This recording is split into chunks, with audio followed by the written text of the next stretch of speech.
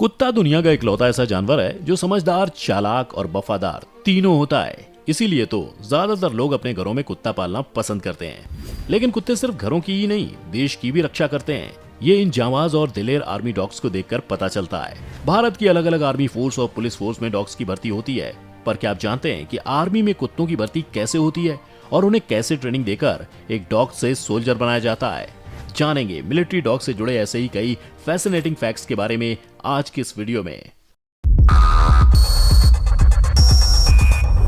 Factified. Facts on your face. Army dogs एक dog के मुकाबले कहीं ज्यादा फुर्तीले और तेज तर्रार होते हैं। इन्हें ऐसी ट्रेनिंग दी जाती है कि ये सिर्फ सूंघकर ही आने वाले खतरे से आगाह कर देते हैं। पर ऐसा नहीं है किसी भी डॉग को आर्मी में एंट्री मिल जाती है।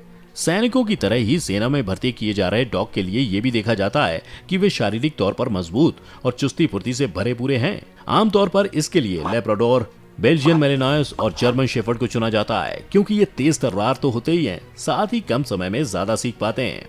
हर नस्ल के कुत्तों में अलग टैलेंट होता है और सेना में उन्हें उनकी काबिलियत के अनुसार ही अलग अलग कामों में लगाया जाता है। डॉग्स की भर्ती के बाद इनकी लंबी ट्रेनिंग होती है। इस दौरान जिस भी खास ऑपरेशन के लिए इन्हें नियुक्त किया जाता है उसके हिसाब से प्रशिक्षण मिलता है।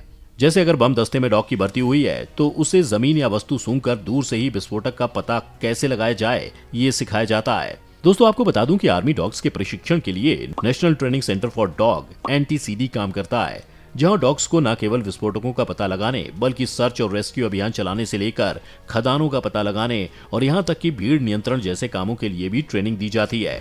हाँ, लेकिन ऐसा भी नहीं है कि डॉग्स को आर्मी कैंप में ले जाते ही उसकी ट्रेनिंग शुरू कर दी जाती है।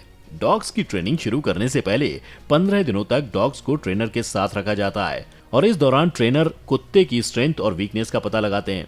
अगर कोई कुत्ता ज्यादा आक्रामक होता है या फिर उसे किसी कारण से सीखने में कोई परेशानी हो रही होती है या फिर कुत्ता शारीरिक तौर पर फिट नहीं होता तो ऐसे कुत्तों को ट्रेनिंग से अलग कर दिया जाता है।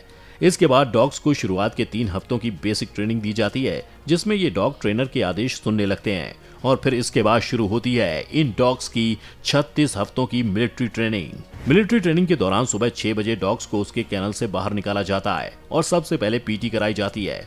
फिर इसके बाद सभी डॉग्स को 4 किलोमीटर की रनिंग करनी होती है। इतनी मेहनत करने के बाद डॉग्स को 1 घंटे का ब्रेक दिया जाता है और इस दौरान इनके ट्रेनर इनकी अच्छे से मालिश करते हैं ताकि डॉग आगे की ट्रेनिंग के लिए फिर से तैयार हो सके। एक मिलिट्री डॉग को खाने में 480 ग्राम आटा या चावल, 680 ग्राम मांस या 2 अंडे और 1 लीटर दूध, 230 ग्राम सब्जी और 30 ग्राम डॉग बिस्किट दिया जाता है और ये सब साफ सुथरे और आधुनिक कुक हाउस में तैयार होता है। आम सोल्जर्स की तरह आर्मी डॉग्स के भी अपने किट बैग होते हैं जिसमें उनकी जरूरत का सामान होता है। ट्रेनिंग के दौरान डॉग्स को कमांड देने के लिए ट्रेनर कभी भी आवाज का इस्तेमाल नहीं करता। मिलिट्री डॉग्स को सभी ऑर्डर्स इशारों में दिए जाते हैं ताकि मुसीबत की घड़ी में डॉग्स केवल इशारे से ट्रेनर के ऑर्डर्स को फॉलो कर सके।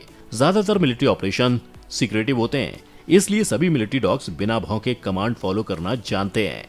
मिलिट्री ट्रेनिंग पूरी होने के बाद डॉग्स को उनकी काबिलियत के हिसाब से अलग अलग फोर्स के लिए चुना जाता है और इसके बाद उन्हें उस डिपार्टमेंट से जुड़ी खास ट्रेनिंग दी जाती है। साथ ही उन्हें कोड नेम और एक खास नंबर दिया जाता है जिससे ही आर्मी में उनकी पहचान होती है। दोस्तों, आपको बता दूं कि भारतीय सेना के पास लगभग 1000 आर्मी डॉग्स हैं और हर डॉग खास ऑपरेशन के लिए प्रशिक्षित है और सोल्जर्स की ही तरह इन आर्मी डॉग्स को भी उनकी बहादुरी के लिए इनाम दिया जाता है। रिमाउंट वेटनरी कॉर्प्स (RCV) में डॉग्स को मिले शौर्य चक्र और वीरता के लिए मिले दूसरे ढेरों सम्मान सजे हुए हैं। अवार्ड जीतने वाले कुत्तों को हर महीने 15,000 से लेकर 20,000 रुपए मिलते हैं, जिसे उनके खाने से लेकर सेहत तक पर खर्च किया जाता है। वहीं इन आर्मी डॉग्स का रिटायरमेंट 8 से 10 साल में हो जाता है। रिटायरमेंट के बाद पहले डॉग्स को दया मृत्यु दी जाती थी ताकि मिलिट्री डॉग्स की स्किल्स का इस्तेमाल कोई देश विरोधी गतिविधियों के लिए न कर सके, लेकिन अब ऐसा नहीं होता। इन मिलिट्री डॉग्स के लिए अब ओल्ड एज होम्स खोले जा रहे हैं, जिसका पहला सेंटर मेरठ में खोला गया है, जहां से लोग इन मिलिट्री डॉग्स को अडॉप्ट भी करने लगे हैं। लेकिन अडॉप्शन से पहले लोगों को ये प्रूव करना होता है कि वो इन डॉग्स का खर्च उठा पाएंगे और इनका इस्तेमाल गलत कामों के लिए नहीं होगा। जिन डॉग्स को कोई अडॉप्ट नहीं करता उनकी दवा और खाने का ध्यान NGO की तरफ से किया जाता है। खैर, आज के इस वीडियो में बस इतना ही। आर्मी डॉग्स की ट्रेनिंग से जुड़ा ये खास वीडियो आपको कैसा लगा कमेंट करके जरूर बताइएगा और ऐसे ही मजेदार वीडियोस देखते रहने के लिए हमारे चैनल फैक्टिफाइड को सब्सक्राइब करना ना भूलें।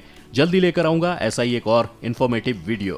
तब तक खुश रहिए, अपने चाहने वालों का रखिए ख्याल और वीडियो को अंत तक देखने के लिए आपका बहुत बहुत शुक्रिया।